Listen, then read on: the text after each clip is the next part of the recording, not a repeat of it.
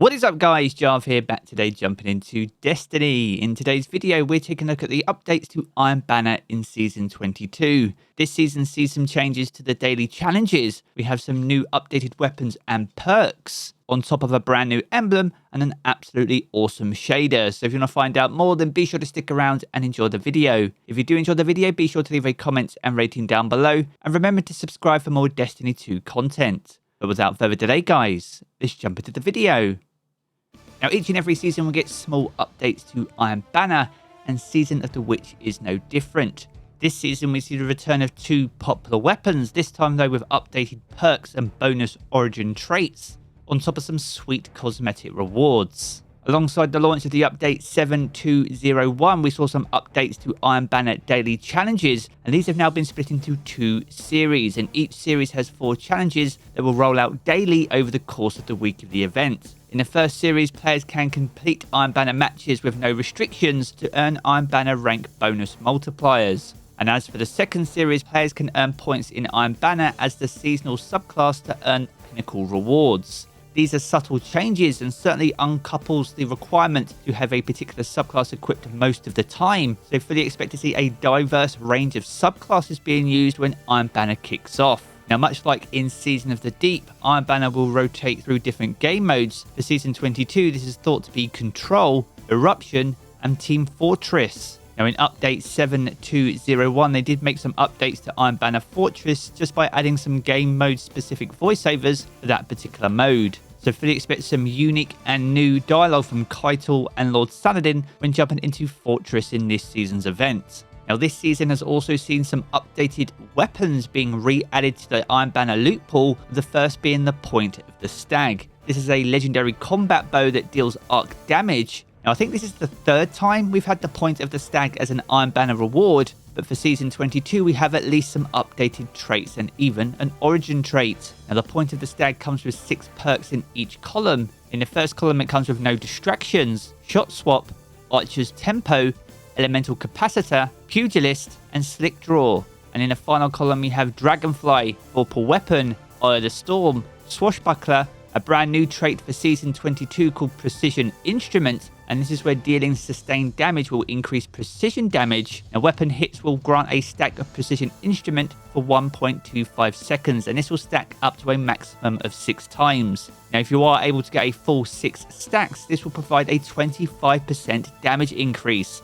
which is absolutely huge on a bow and could make this incredibly strong in both PvP and PvE content. And the final perk available is Golden Tricorn, and as we mentioned earlier, there's even a choice of origin traits. You have the Skulking Wolf, which is the original origin trait, which is while at low health, Guardian Final Blows with this weapon greatly enhance radar and remove you from the opposing radar. But new for Iron Banner this season, we also have Wildcard as an origin trait, and this is where final blows with the weapon have a chance to create experimental submissions at the target's location. Now, naturally, we aren't too sure exactly how that one's going to play out, especially inside the Crucible. Now, the Point of the Stag has always been a fan favourite when it comes to bows, and with some of the updated traits, it is once again one of the strongest legendary bows available. What kind of roles will you be seeking out on the Point of the Stag? Be sure to sound off down in the comments below. Now, alongside that bow, we also see the return of the Guided Sight. Now, the Guiding Sight has been reissued 3 times since it was originally introduced, but this time it returns as a kinetic Strand scout rifle. Bungie have updated this to an elemental weapon. It is still high impact though, so slow firing and deals high damage, but much like the Point of the Stag, it has had its perks updated too.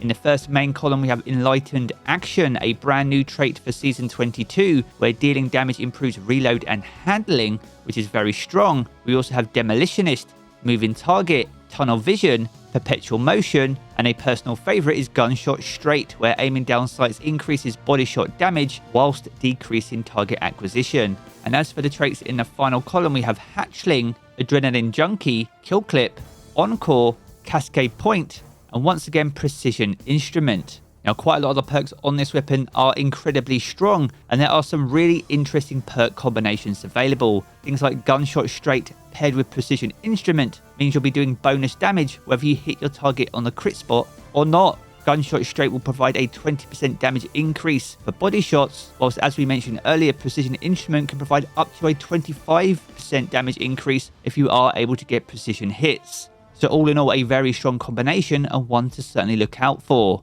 Now, much like the Point of the Stag, we also have Skulking Wolf, but this time though, we have Nadir Focus, another new origin trait for Season 22. This is where sustained fire increases accuracy and range, increases lunge distance for swords, and projectile velocity for launchers. Now, with perks like Gunshot Straight reducing your accuracy through target acquisition, this could be the perfect counter to some of those drawbacks. Now, the biggest question I have is if the guiding sight can return as a Strand scout rifle, how comes the Kept Confidence hand cannon, which was new for Season 22, wasn't a Strand hand cannon when it launched? It would have been a perfect opportunity to do it, and would have also allowed Bungie to add perks to it, such as Hatchling, which are some of the go-to perks when creating Strand builds. Either way, the guiding sight is looking incredibly strong, and much like the Point of the Stag, if there are any role or perk combinations that you're looking for, then be sure to sound off down in the comments below.